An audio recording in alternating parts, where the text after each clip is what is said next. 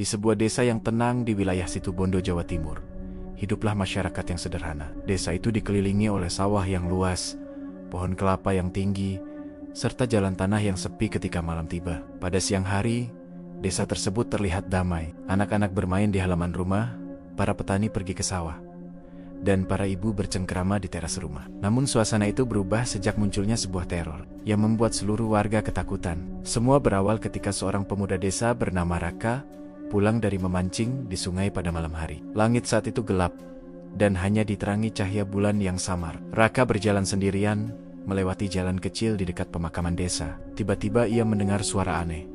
Suara itu seperti kain yang terseret di tanah. Raka berhenti berjalan. Jantungnya berdetak semakin cepat. Ia mencoba menenangkan dirinya dan berpikir mungkin itu hanya suara angin yang menyapu dedaunan kering. Namun, beberapa langkah kemudian, suara itu terdengar lagi. Sertit, sertit. Raka perlahan menoleh ke belakang. Di bawah pohon besar dekat pagar makam, ia melihat sesuatu berdiri. Tubuhnya terbungkus kain putih lusuh. Wajahnya pucat dengan mata kosong yang menatap lurus ke arah Raka. Ikatan di kepala pocong itu terlihat kotor dan longgar. Tubuhnya melompat, perlahan mendekati jalan. Raka langsung berteriak ketakutan dan berlari sekencang mungkin menuju rumahnya. Sejak malam itu, kabar tentang pocong keliling mulai menyebar di desa Situbondo. Awalnya, warga tidak percaya. Mereka menganggap Raka hanya berhalusinasi karena pulang terlalu malam. Namun, beberapa hari kemudian kejadian aneh mulai terjadi. Seekor ayam milik warga ditemukan mati di halaman rumah, dengan tubuh kaku seperti dicekik sesuatu. Seorang petani bernama Pak Bima mengaku melihat sosok putih melompat di tengah sawah. Saat ia pulang dari ladang, seorang anak kecil juga menangis ketakutan karena melihat pocong berdiri di depan jendela rumahnya. Pada malam hari, cerita-cerita itu membuat desa menjadi mencekam. Setiap malam warga menutup pintu rapat-rapat. Tidak ada yang berani keluar setelah azan Isya. Lampu rumah dinyalakan terang, seolah ingin mengusir kegelapan. Namun teror itu tidak berhenti. Suatu malam terdengar suara ketukan keras di pintu rumah Bu Sari. Tok tok tok. Bu Sari yang sedang sendirian merasa bingung. Ia bertanya dari dalam rumah, siapa yang datang malam-malam seperti itu? Tidak ada jawaban. Ketukan itu kembali terdengar lebih keras. Tok, tok, tok. Dengan rasa takut, Bu Sari mengintip dari jendela. Tubuhnya langsung gemetar. Di depan pintu, berdiri sosok pocong dengan kepala miring dan wajah pucat. Pocong itu seperti sedang menatap langsung ke arahnya. Bu Sari berteriak histeris, hingga tetangga berdatangan. Namun ketika pintu dibuka, sosok itu sudah menghilang. Kejadian itu membuat warga semakin ketakutan. Akhirnya para tokoh desa sepakat untuk meminta bantuan seorang ustadz yang terkenal bijak dan berani menghadapi gangguan makhluk gaib.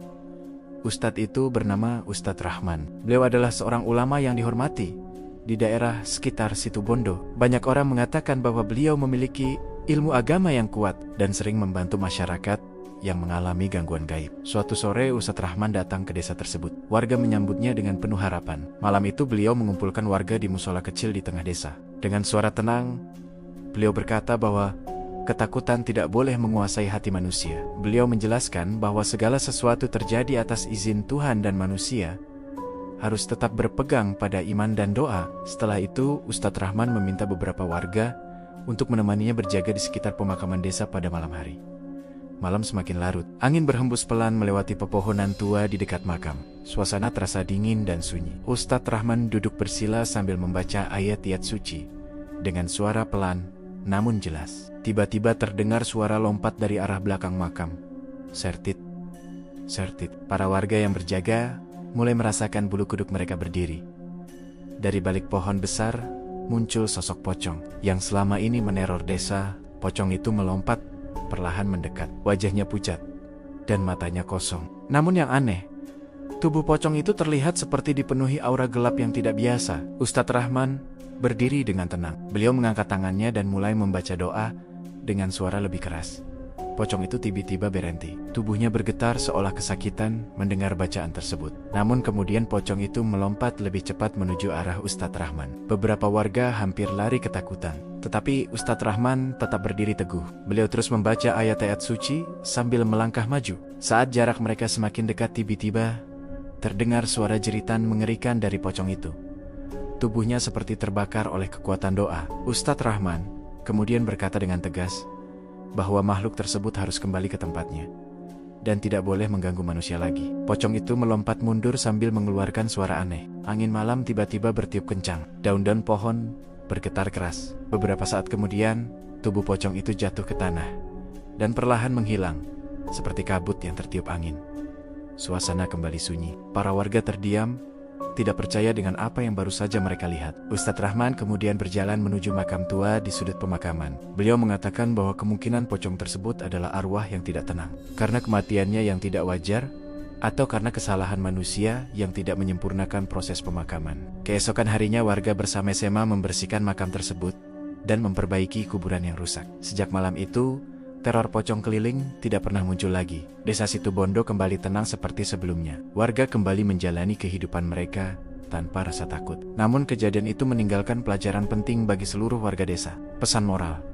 Cerita ini mengajarkan bahwa manusia tidak boleh hidup dalam ketakutan yang berlebihan. Ketika menghadapi masalah atau gangguan apapun, manusia harus tetap berpegang pada iman, doa, dan keberanian. Kejahatan dan gangguan gaib sekalipun tidak akan mampu mengalahkan kekuatan doa dan keyakinan kepada Tuhan.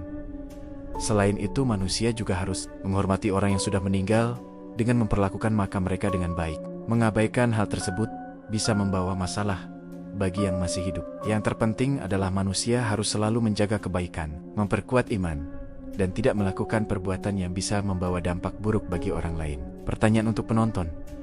Menurut kalian, apakah pocong yang meneror desa tersebut benar-benar arwah yang tidak tenang, atau ada kekuatan lain yang mengendalikannya? Bagaimana pendapat kalian jika berada di posisi warga desa yang mengalami teror seperti itu? Apakah kalian berani menemani Ustadz Rahman menghadapi pocong tersebut di tengah malam di pemakaman? Tulis pendapat kalian di kolom komentar, karena setiap cerita horor selalu memiliki sisi misteri yang menarik untuk dibahas bersama. Dan jangan lupa dukung channel ini dengan cara subscribe channel Datuk Horor, nyalakan lonceng notifikasi, agar kalian tidak ketinggalan cerita-cerita horor menyeramkan lainnya yang akan kami bagikan setiap waktu.